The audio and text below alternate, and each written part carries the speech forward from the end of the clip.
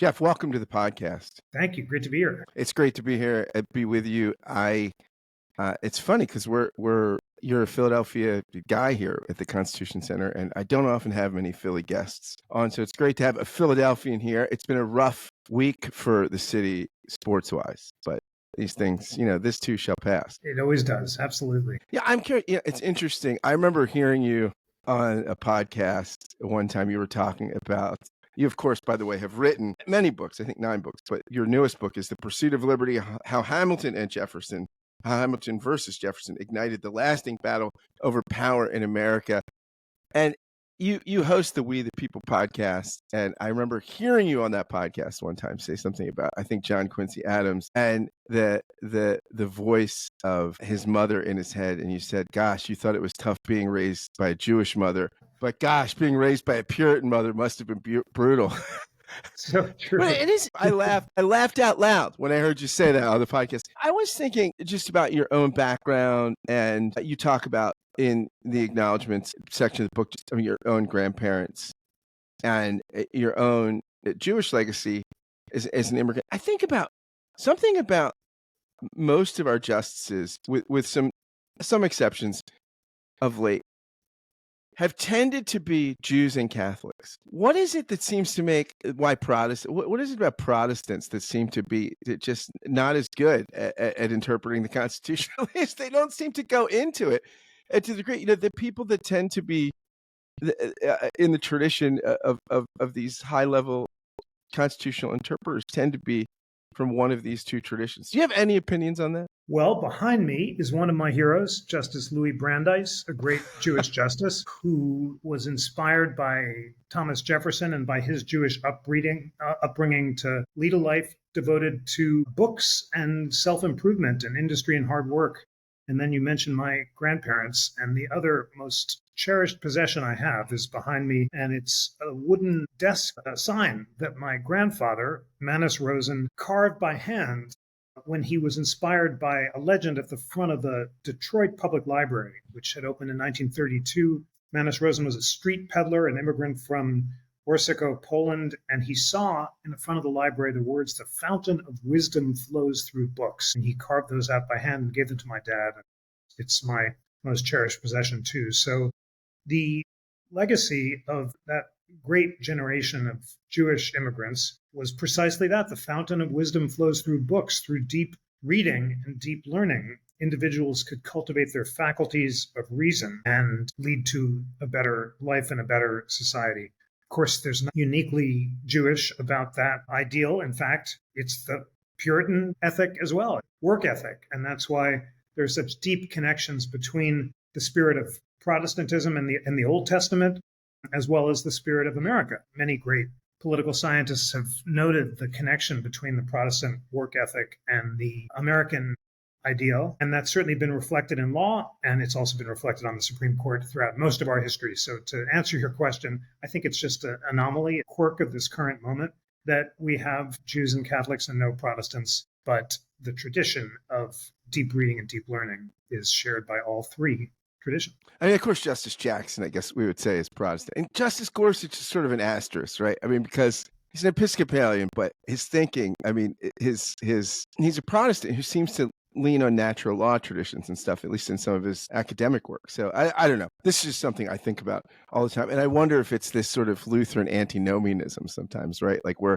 you have Judaism and Catholicism both having more of a penchant for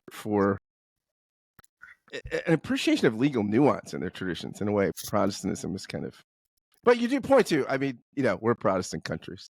I would not agree with that generalization. The Protestant focus on text, which dates back to John Milton, who is really the central figure in inspiring the founding conception of self-government and freedom of speech, dating back to Areopagitica, his great defense of free speech, which said that truth has nothing to fear in a contest with error as long as reason is free to combat it. It was that Jefferson paraphrased as the core of the American idea of self-government, based on a rule of reason, based on close reading of primary texts, and that's as Protestant as it is Jewish.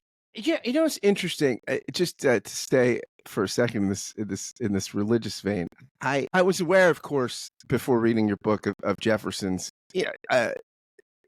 not not connection. It didn't have a connection to traditional Christianity, of course. Like, I mean, nobody's secular in the sense that we would think of today in the 18th century, but certainly not a member of the pious crowd in the 18th century. But I didn't realize this about Hamilton. I mean, you noted in the book. I didn't know about Hamilton's Jewish roots. Quite frankly, that was really interesting to me to find out. And also, Hamilton had no interest in organized Christianity throughout his life. At his deathbed, he does ask to receive communion. But that's remarkable to me. Do you find that people are shocked to find that out about Hamilton? Because I was pretty surprised. Well, the big news for us Jews is that Hamilton was Jewish, as you say. Right, yeah.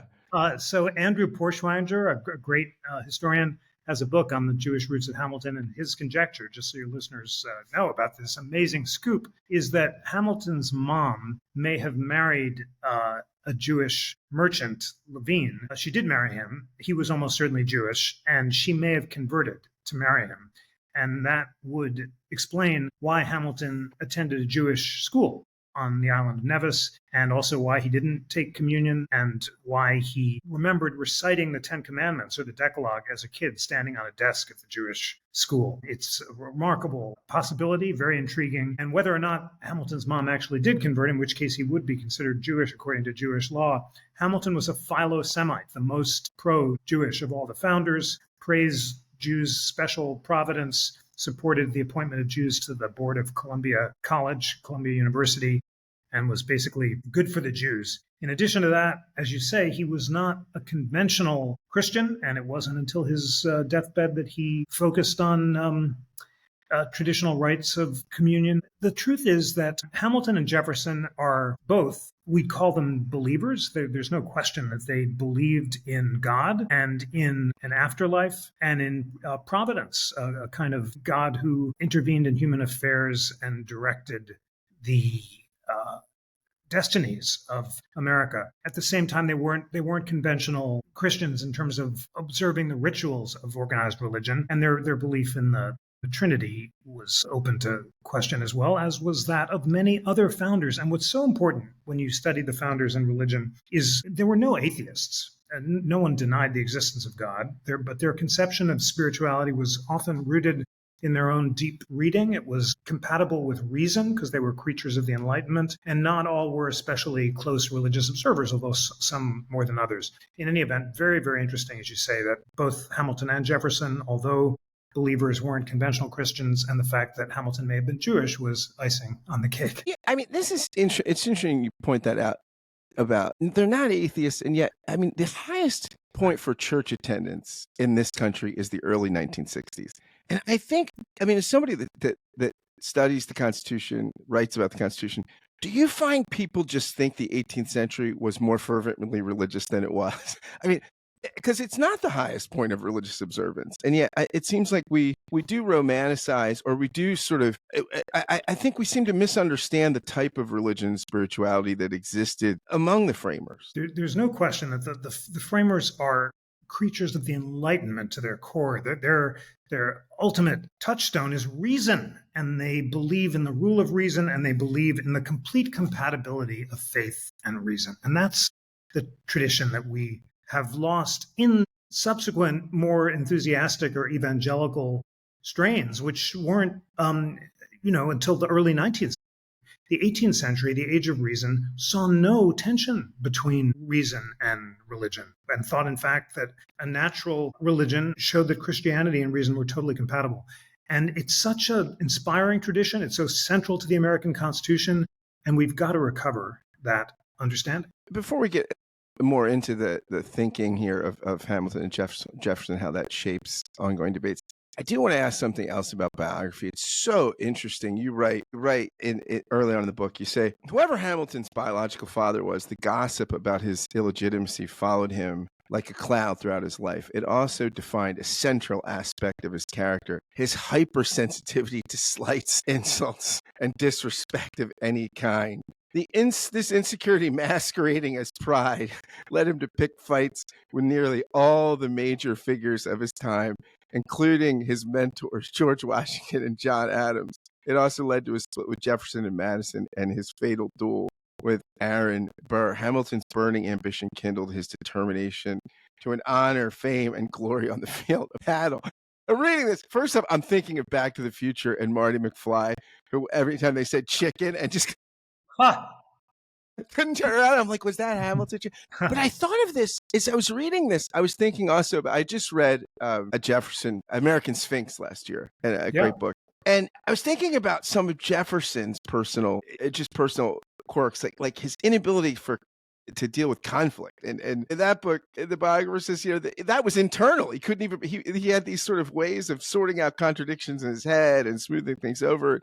And you have this sort of strange relationship to conflict with Jefferson. You have this insecurity, right? This seeming gaping hole at the heart of Hamilton, right? Just looking to be filled through achievement.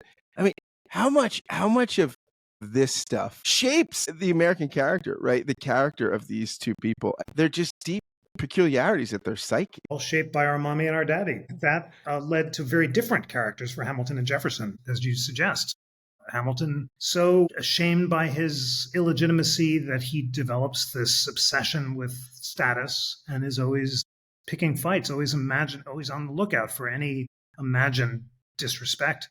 And it is a pretty remarkable weakness in his character that he picks fights with his mentors, the folks who are supposed to be on his side. Not only Washington, he resigns from Washington's staff because he inadvertently keeps Washington waiting for a moment. And when Washington gently criticizes him, Hamilton just resigns on the spot as a young kid over Washington's objections.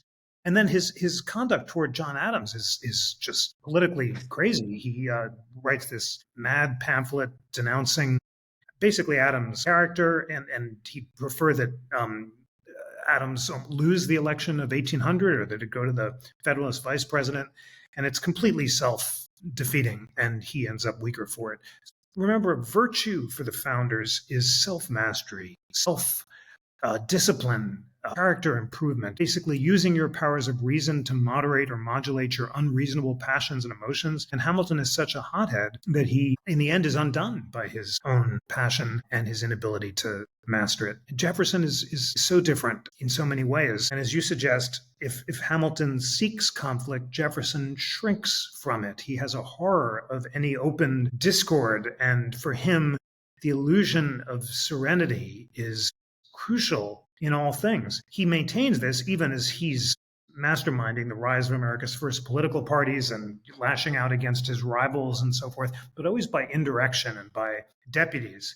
And without too much psychobiographical speculation, I wonder, as it's impossible not to, whether Jefferson's horror of discord comes from some discord in his own upbringing. In particular, he seems to have had a fraught relationship with his mom. And after his dad dies at 14, Jefferson lives with his mom until he's into his late 20s.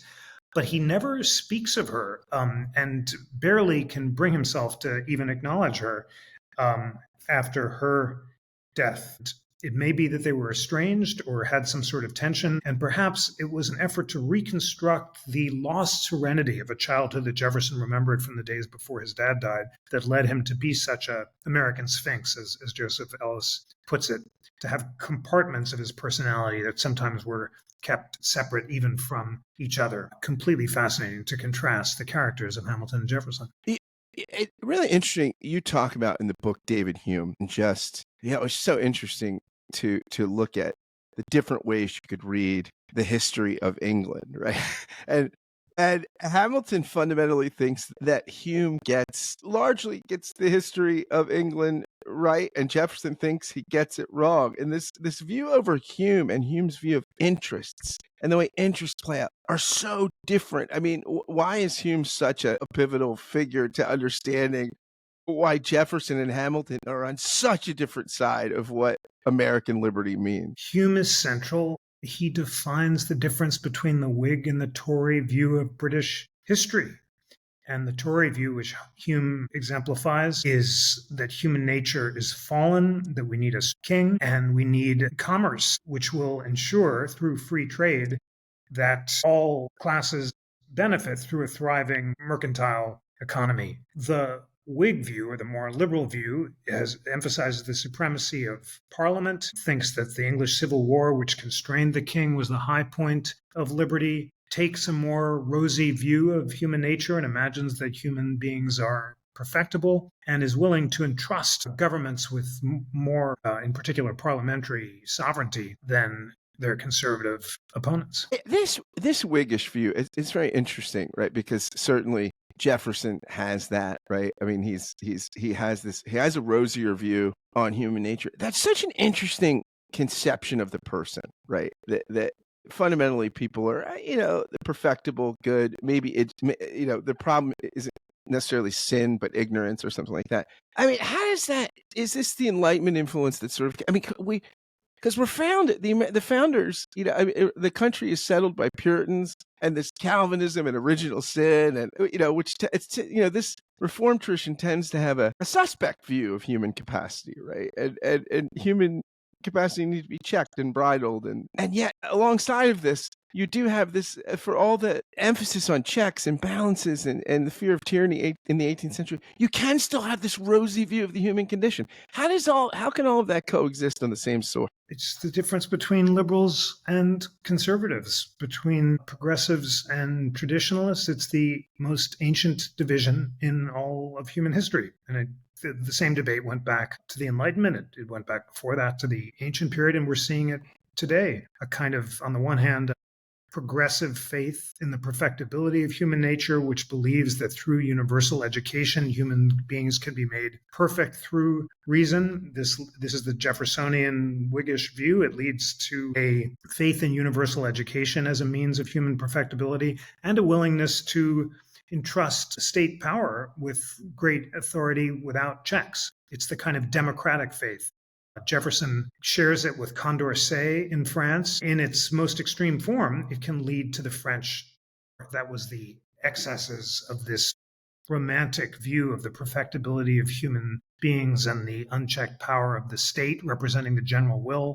And ultimately, it consumed Condorcet himself, who was guillotined despite his faith in universal perfectibility and democracy. And on the other hand is as you said, the Tory view, the view that is Puritan view, man has fallen, and we have to check power and ensure that it's parceled out among different branches of government to ensure that no one branch can speak in the people's name. If the Whig view is the view of the Declaration, the Tory view is the view of the Constitution, and the Constitution makers are deeply suspicious of democracy and Shays' Rebellion and want to ensure that power is checked so that mob rule doesn't lead to anarchy. It's the tension between those views that continues to define American politics. Do you find yourself gravitating more to one side of that pole or the other as you live in the Constitution and live in this sort of intellectual history? Do you find yourself closer on one end of the spectrum? As I say in the intro, I tried very hard not to take sides in the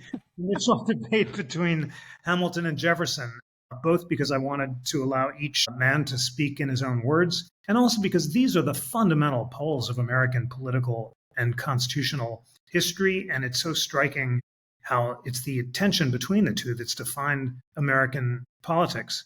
In one sense, it doesn't matter what I think. Who cares? Every girl and every boy who's born into this world alive is either a little liberal or else a little conservative, said Gilbert Sullivan, and that's the case. So which side I come down on doesn't really matter. Since you asked, the truth is I ended this wonderful exercise in intellectual history much less certain about which side I came down on. Both are so necessary for the achievements of American politics and have been responsible for its worst excesses. And both liberals and conservatives tend to mix and match and switch between Hamilton and Jefferson throughout American history. It seems to me impossible to pick one or the other. It's really the productive tension between them that defines American history. Yeah, it's interesting because I read your book, which is just fantastic. I mean, just a wonderful read. Thank you. I found myself thinking that the American experiment, at the essence of our Republican government, it's not 50-50 Jeffersonian and Hamiltonian. It's 100-100. right? I mean, and you sort of say that it really isn't, that it's the tension and the conflict and the Sturm und Drang between them that holds it together, right? It's actually, we're held together by not resolving the tensions, by letting the conflict and the tensions and the pendulum kind of just go, right? And not trying to square the circle. Exactly. And it's the moments when we've swung all the way to one side or the other,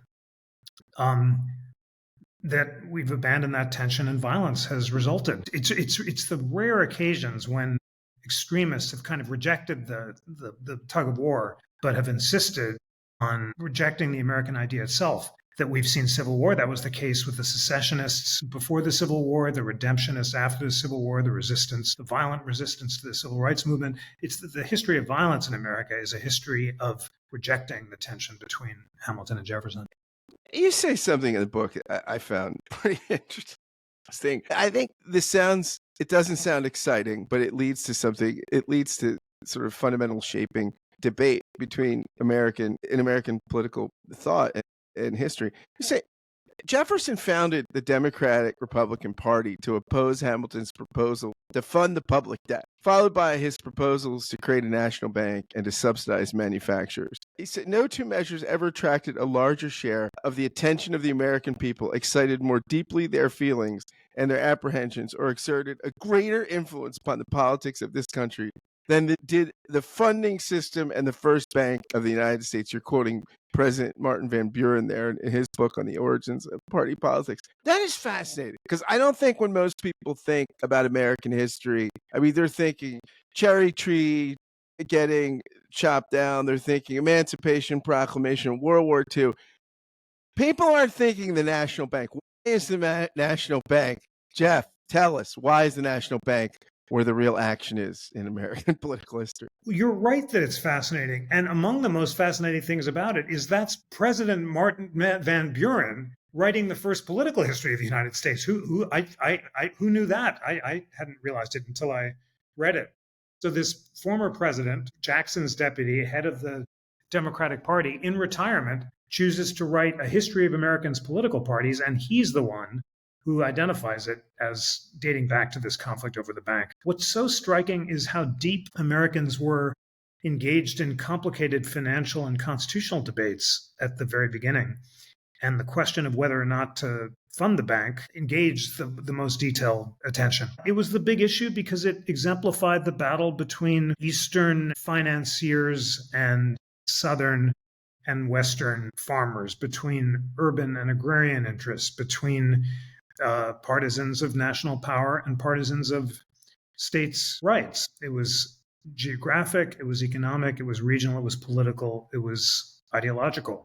Much of the whole Jeffersonian program was opposition to monopolies, because the fear was that they were a giveaway to these Eastern elites who were going to take advantage of virtuous yeoman farmers. And that's why the Jeffersonians were so ideologically opposed to a central bank, to the degree of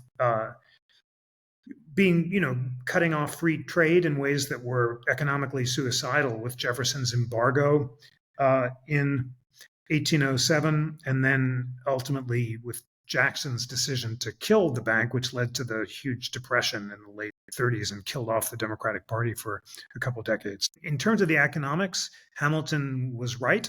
A central bank is necessary to increase the currency, to create a stable means of funding the debt so that you can have public credit and actually have an international economy. But both the political and the constitutional questions define American politics from the founding almost through the Civil War. And it's so interesting when you get into the weeds of this thing around, for instance, veterans that were selling, that sold their pension, their pension notes to speculators. And just what a big debate this was about how electrifying that conversation. Could you say a little bit about that? I mean, it's amazing.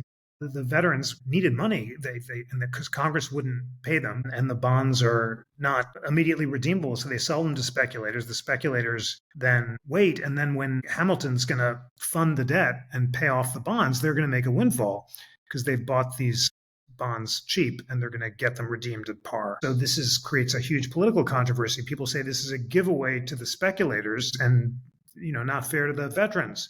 So some propose to pay back the original bondholders, that is the veterans, at face value, and the speculators only get any appreciation.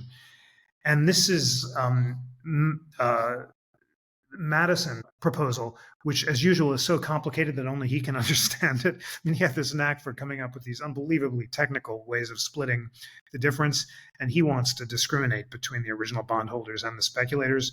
But Hamilton says this is ridiculous. First of all, to administer it would be impossible. You got to go back and figure out who the original bondholders were. And it would also undermine credit, because the reason speculators buy stuff on the expectation they'll be able to get the profit. So the Madison proposal is rejected. The distributional effects of paying back the bonds are huge. And it shows how, to this degree, class politics are really central to the founding, and the idea of the virtuous poor veterans and farmers against the wicked urban Eastern speculators defines American politics for a long time. I remember somewhere reading, it might have been in one of Joseph Ellis's other books, Founding Brothers or something, but I think he says something like around this debate that Hamilton, that Jefferson just sees money, right?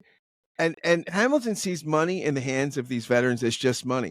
But together, when these financiers buy up, it's capital. Right. And then it can move and do things. Right. And, I mean, isn't this the fundamental? I mean, one of the things that you come across as you read your book is just is the fundamental action of the country is where the value really lays among the one or the many. Right. Is it in the individual or the collective? Is it being deferential to the individual or to what the group can do together? And that's sort of, it seems like that's at the tension here, right? I mean, Hamilton sees like, okay, these things, these little, that doesn't mean we need capital. We need a public debt. We need all these things. And you get this stuff together. That's where the action is. Yes, that's true. Although, of course, the question is which group? And Hamilton's believes that only by getting the allegiance of the financiers and the urban merchants can the federal government succeed. And that's why he wants to give them an interest in the success of the government through things like a funded debt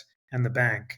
Jefferson, who does prefer the small town and the shire and the smallest unit of government, he's all for democracy, but at the local level. Interestingly, neither Hamilton nor Jefferson wants democracy at the national level. Hamilton, who's a nationalist, has a horror of unchecked popular will, and Jefferson, who's all for universal suffrage for white men, wants them to exercise it at the smallest possible level and says we should divide everything into wards and shires. It's not until the New Deal era when FDR reinvents the Democratic Party as the party of national democracy rather than limited government and puts Jefferson's face on the nickel and builds the Jefferson Memorial that the idea of democracy at the national level is embraced. Yeah, and you talk about in the book later with Roosevelt, the first Roosevelt, and I suppose FDR is in this tradition as well, of the Hamiltonian means to get the Jeffersonian ends, right? That we're going to talk about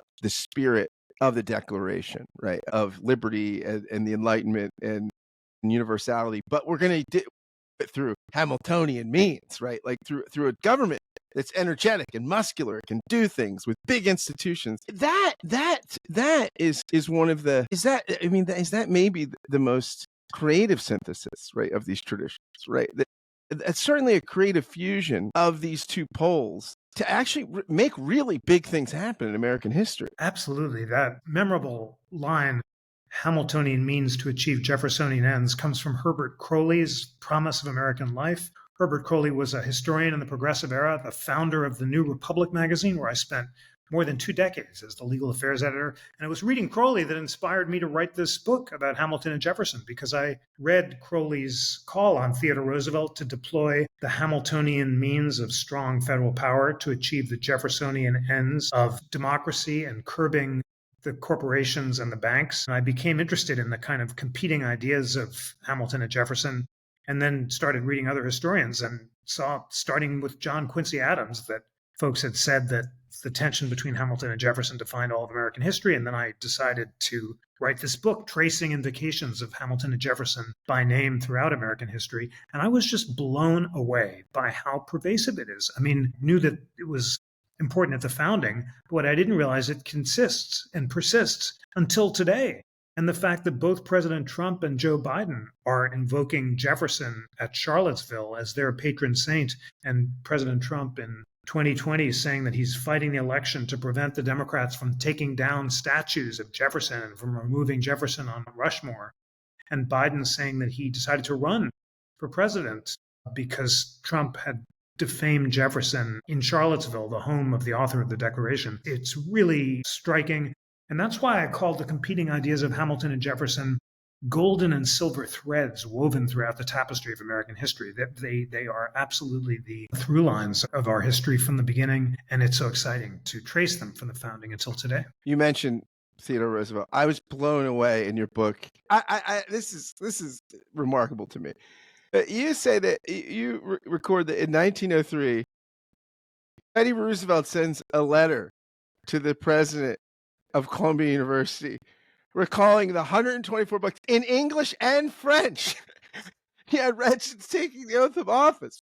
Roosevelt list begins with parts of Herodotus, the first and seventh books of Thucydides, all of Polybius, a little of Plutarch, Aeschylus' Orestian trilogy, Sophocles' Seven Against Thebes, Euripides, Hippolytus and Bacchae, and Aristophanes' Frogs, parts of the Politics of Aristotle. He also read Alexander Hamilton, an essay on American Union, and then you say he's inspired by Gertrude Atherton's The Conqueror, being the true and romantic story of Alexander Hamilton, which you say is like the Hamilton musical of the day. It's sort of focusing on some of the personal life and the swashbuckling romanticism. First of all, how great would it be if presidents were reading this much today? I couldn't believe it when I read that. I completely agree with you. I love the fact that you picked out Teddy Roosevelt's reading list, and I was blown away by it as well. It's so inspiring. And, he would take those books with him when he was going to the Amazon. He had these special leather binders so that they would survive the water and the rain and stuff like that.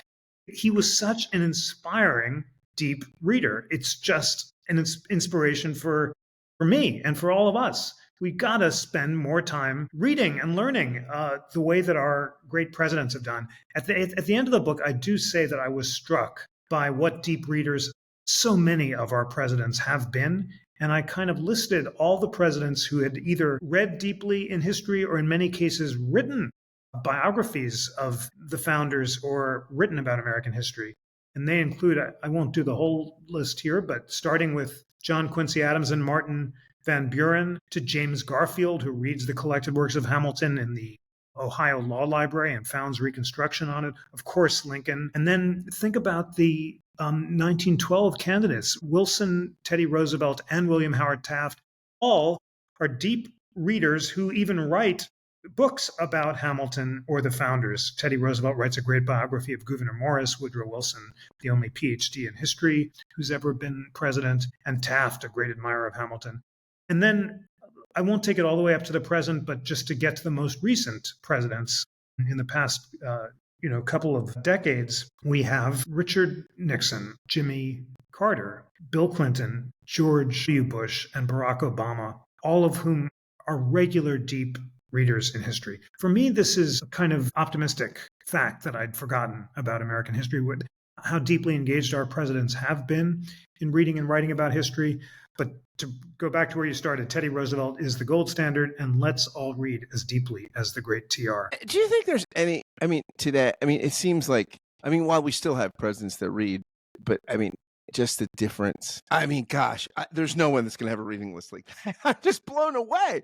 And is some of this the pressure, the different political pressures today, right? To get into these, the fundraising and other sorts of things that you have to do, just being a first-year House member, right? You're just dialing for dollars all the time. It just seems like these guys, like Teddy Roosevelt, did not have to spend the kind of time doing the kinds of things certain contemporary American politicians do. They had some more time to read. No, I think it's a question of youthful habits. There's no excuse to not be a reader. And the reason many of us, not just presidents, are not reading today is because everyone is addicted to these screens. And I'll just quickly share how my reading habits were transformed. And I wrote my last book, The Pursuit of Happiness, which is the first book in what's going to be the Founders Trilogy. I spent this crazy year reading the ancient moral philosophy that inspired the founders and led Thomas Jefferson to define happiness as virtue rather than pleasure, being good rather than feeling good. And the takeaway for me of this unusual year of reading moral philosophy for a year is it got me back into the habit of deep reading, because I'd fallen out of the habit because I'm addicted to these screens and browsing and checking email every morning. So my new rule is when I wake up, I have to read before I'm allowed to browse or surf, read books. And it's totally changed my life. It allowed me to write this Hamilton Jefferson book, which I couldn't have done without regular reading every morning. I really recommend it. So that's what Teddy Roosevelt had. He was a reader when he was a kid, Franklin Roosevelt. It's not dialing for dollars. What they were not distracted by is screens and TV and social media. Every president the most admirable presidents are deep readers. And whenever I look at the biography of my heroes in American history, deep reading is the through line. Frederick Douglass buys reading lessons in Baltimore with bread, and buys with bread this little book, The Columbian Orator, which inspires him to become the greatest abolitionist of his time. W.E.B. Du Bois, Douglass and Du Bois and Elizabeth Cady Stanton and all of these great heroes keep up their reading habits as kids throughout their life. And they're still spending hours every day in deep reading. I've become an evangelist for the urgent necessity of deep reading. I know what a struggle it is because of my own screen addiction, but we've got to create time every day for deep reading. You mentioned that your previous book, The Pursuit of Happiness and reading moral philosophy.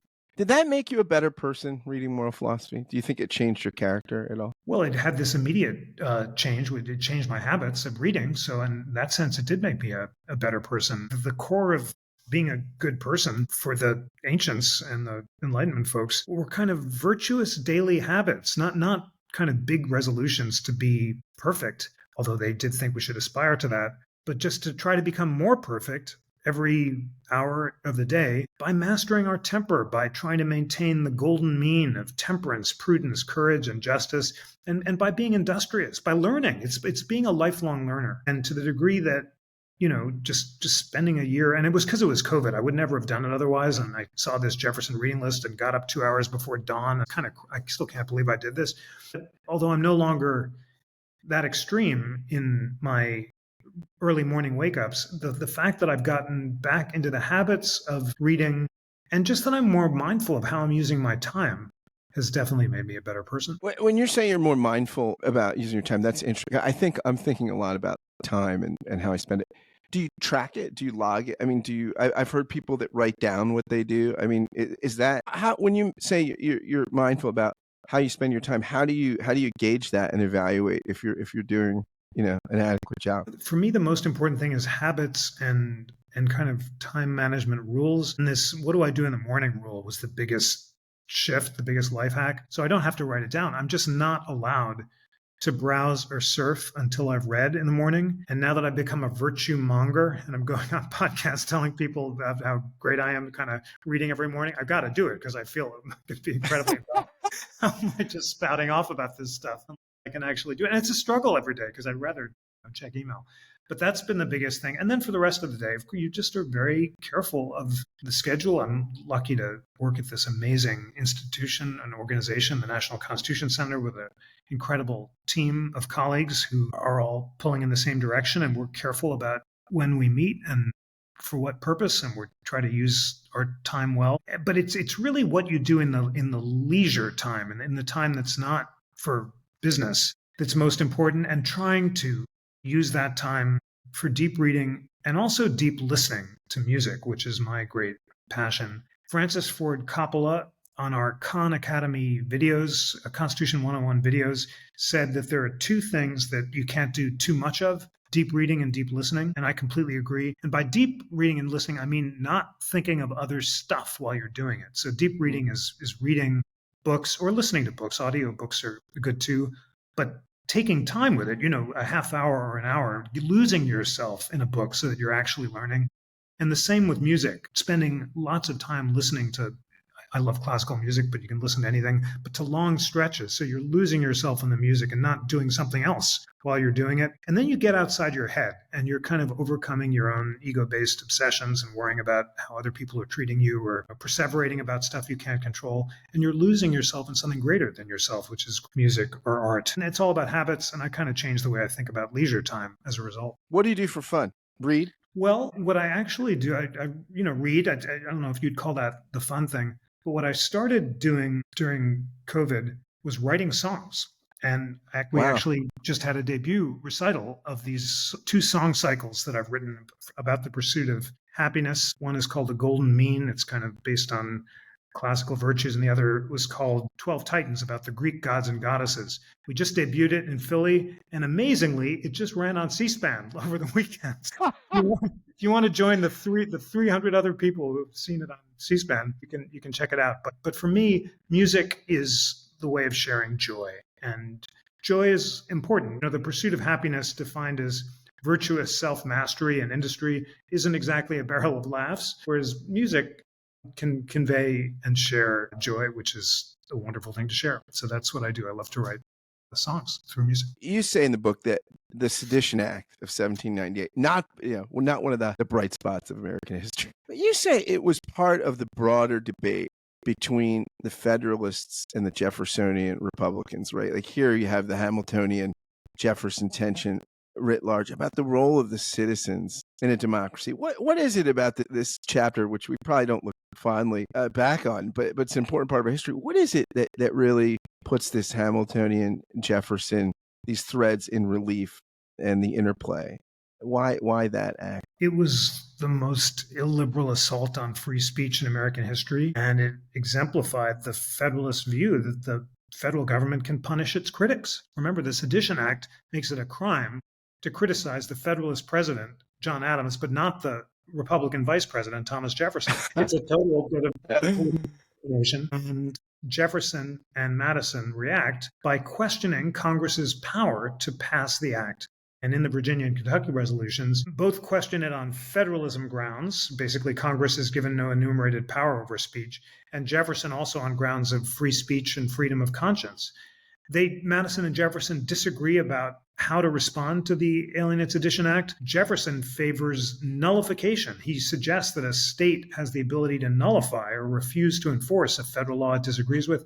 That's too much for Madison, who thinks that would lead to secession and to question the supremacy of federal law over state law and of the federal Constitution over state laws. So Madison prefers something that he calls interposition, which is a term, once again, so technical that only he understands it. And it's not exactly clear what he means, but it seems to be a state can issue a very stern protest and objection over federal laws that it disagrees with, and through this protest try to promote the repeal of the law. Madison and Jefferson are united in their basic idea that the Sedition Act criticizes the core of free speech, which is the ability to have open debate and to subject public officials to open censure over their conduct, which Madison says is necessary to promote truth through democratic deliberation. And ultimately, that view is embraced by the Supreme Court in the 20th century when it describes the robust exchange of ideas and the idea that public debate should be open, robust, and wide open, as William Brennan says in the New York Times v. Sullivan case, where he suggests that the Sedition Act has been abandoned by the verdict of history, and that comes to be the consensus view. You talk about in the book, in the conclusion of the book, you talk about this dual fear that Hamilton and Jefferson both fear a Caesarian takeover, but they fear it from different directions, right? That you're saying Jefferson fears it from above, Hamilton fears it from below. I mean, what's the difference between Caesar from below and Caesar from above, and how does that animate these two different spirits and conceptions of liberty? Caesar from below is what Hamilton fears when he says, imagine that Shays' rebellion had been led by a Caesar or a Catiline. We might have subverted liberty in its cradle. He imagines Caesar crossing the Rubicon, flattering the people, the mob, with cheap luxuries, with bread and circuses, and persuading the people voluntarily to surrender liberty so they can get a little immediate gratification, which is what Caesar did. But Jefferson also fears a Caesar, but from above rather than below. He's more concerned about an authoritarian who will, as he puts it, when he receives a copy of the Constitution, lose an election by a few votes, cry foul, and refuse to leave office and install himself as a permanent dictator. He thinks a Caesar might lose an election, but through force, establish himself as a permanent dictator over thwarting popular will. It turns out that both were right, that authoritarians throughout history have installed themselves in permanent power both by flattering the mob and by co-opting oligarchs in the Senate and persuading aristocrats voluntarily to surrender their senatorial prerogatives to shore up their own power. And that's why both Hamilton and Jefferson united in their opposition to Aaron Burr, who they rightly feared was a would-be Caesar, an embryo Caesar, as Hamilton put it, who was conspiring to lead a secessionist movement in Spanish Louisiana and install himself as an emperor of Mexico. That's the one thing that could unite all these people, right? Adams, Hamilton, Jefferson, for all of their deep disagreements. All of them thought Aaron Burr was pretty awful. They did, and they were right. They were right about Aaron Burr. If you see Aaron Burr, be careful because he's bad news, and you don't want to be nice to Aaron Burr. But what's so incredible is that historians throughout history have continued to do these defenses of Burr, and throughout history, Justice Joseph Bradley, who's one of my villains, read a biography of Burr and said he wasn't so bad. Henry Adams found in the archives of the British ambassador, Anthony Merry, a letter where Burr offers his services up to the British in exchange for their support in helping install him as the emperor of a secessionist rump state. He was dead to rights, and the fact that he may not have been technically guilty of treason, which John Marshall rightly insisted on because of the high constitutional bar for a treason conviction, doesn't excuse the fact that he was absolutely the paradigmatic example of a would-be demagogue, and Jefferson and Hamilton and everyone else was right to suspect him. You say in the book, you're quoting John Adams here, and you say, according to Adams' summary of Polybius, simple monarchy will soon mold itself into despotism. An aristocratic movement, an aristocracy will soon commence an oligarchy, and democracy will soon degenerate into anarchy, leading the mob to seek refuge in the security of a monarch, which would begin the cycle again. What hope is there, Jeffrey? I mean, if these are our options, do you see us slipping to one pole or the other? I mean, when you look at public life as a student of the Constitution and of this dialectic between the Jeffersonian and Hamiltonian conceptions of liberty, where do you see us? Where do you see the excesses? Where do you see us sort of teetering close to the edge? Well, it all comes down to the separation of powers. It always has. The Polybian cycle has been inexorably repeated throughout history. There's no reason to think that we're going to escape it today. And what prevents those pure forms of government from degenerating into their worst forms is clashing interests and is ensuring that ambition can counteract ambition, as Madison said, and that we ensure that each of the branches asserts its own prerogatives. The most troubling thing about our system today is that the branches have stopped asserting their own prerogatives, and the swelling of executive power, which began in the progressive era far earlier than our current moment, combined with the shrinking of Congress to a kind of supine rubber stamp for whatever president is in power, and then the acquiescence of a judiciary, which is increasingly sympathetic to this burgeoning imperial presidency or unitary executive, means the separation of powers is out of whack. This is not all President Trump's fault, and it's not the result of one party or another, but it's a series of structural changes over the past decades that has led our current system to be very different than the one the founders anticipated. Yeah, because it seems like they thought that the separation of powers and the liberty it procured would be in the desire to protect the institutions themselves, right? They didn't think the check would be partisan. So it seems like we've swapped the check being the branches themselves for the check being opposition party, which have one party rule like we do now, it seems to, or like you're saying, it just makes the Congress anemic, right? Because you just say, okay, look to the president to do everything. It really does. This has been a great conversation. I so appreciate your reading the book so closely. Any final thoughts or questions? Yeah, I do have one last question for you. So I'm a huge, this is a full disclosure, I'm a huge fan of the podcast and the work you do. Thank you. I find something, you are remarkable just as an observer of your work.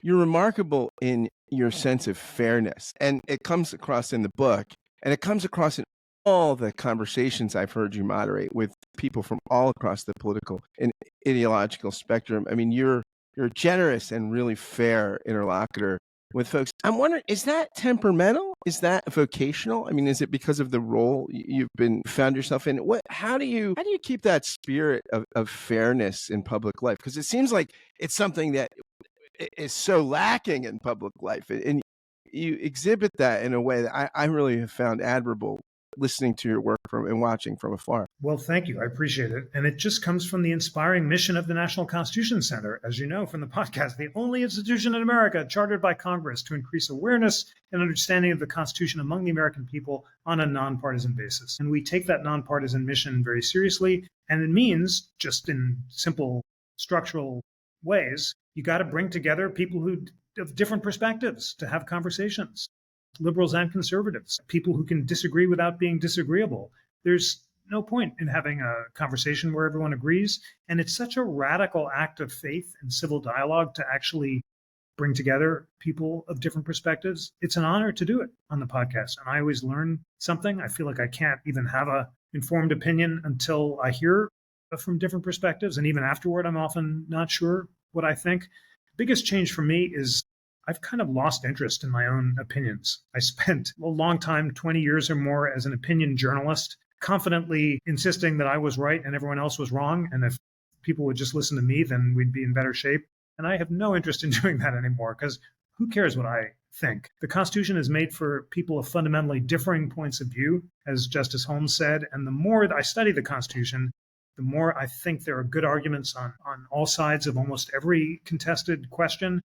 And I've got to dig in and learn something before I can begin to know what I think. I'm privileged to have this job. I feel so lucky to be able to learn every day about all the issues that are at the core of our constitutional life. And mostly I'm grateful to listeners and citizens for being on the journey with me, and to you for reading the book so closely. It's so gratifying to talk with a close reader. I love the fact that all these details jumped out at you, and sharing this love for learning about history is a privilege. So thank you so much. Jeff, thanks so much for coming on the podcast and for writing this book, The Pursuit of Liberty, How Hamilton versus Jefferson Ignited the Lasting Battle Over Power in America. Listeners, get this book. You will love it. It's a fantastic read. I thoroughly enjoyed it, and I really enjoyed talking with you. Thanks so much for doing it. Thank you. Really enjoyed it as well. Thanks, Scott. That was awesome. Thank you so much. That was so fun.